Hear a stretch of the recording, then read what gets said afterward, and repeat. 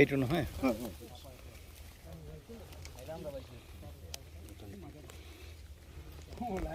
এইটো ন এইটো বেছি ভাল হৈছে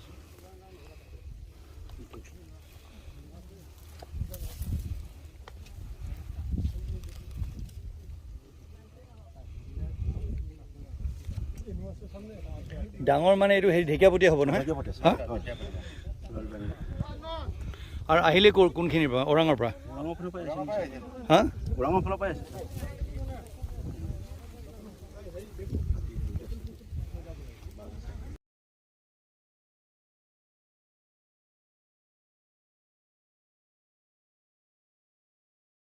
এসপ্তাহ ধৰি মিৰ্কামাৰীত চাপৰিত যে বাঘৰ সন্ত্ৰাস চলিছে আজি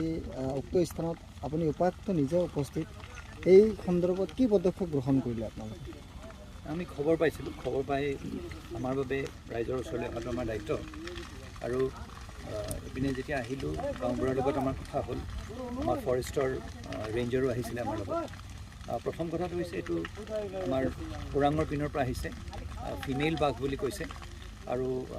ফৰেষ্ট ডিপাৰ্টমেণ্টৰ মতে এনেকুৱা সময়ত সাধাৰণতে বাঘবিলাকৰ মাজত কাজিয়া লাগে আৰু নিজৰ যোনটো এলেকা সেই এলেকাৰ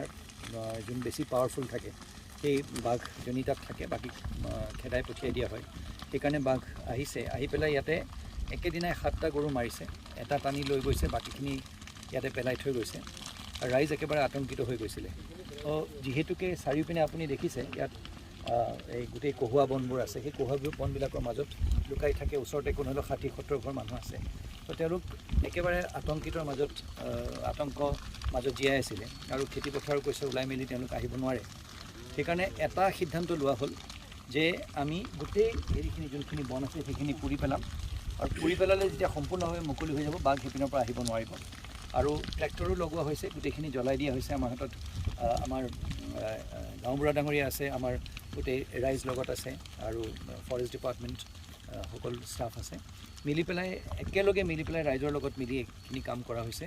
আৰু মোৰ ভাবোঁ আমি এদিন যদি ভালকৈ কাম কৰোঁ অহা কাইলৈলৈকে যদি কাম কৰোঁ এইখিনি আমি ক্লিয়াৰ কৰি পেলাব পাৰিম আৰু যি আতংকৰ মাজত ৰাইজ আছে সেইখিনি তাৰ পৰা তেওঁলোকে পৰিত্ৰাণ পাব আচ্ছা যিহেতুকে 6টা গৰু এগৰাকী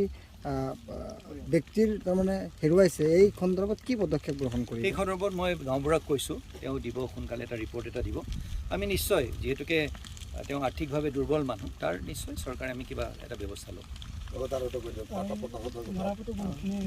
মৰাপাট কৈছে মোক আপুনি সেইমতে দিব দেই থেংক ইউ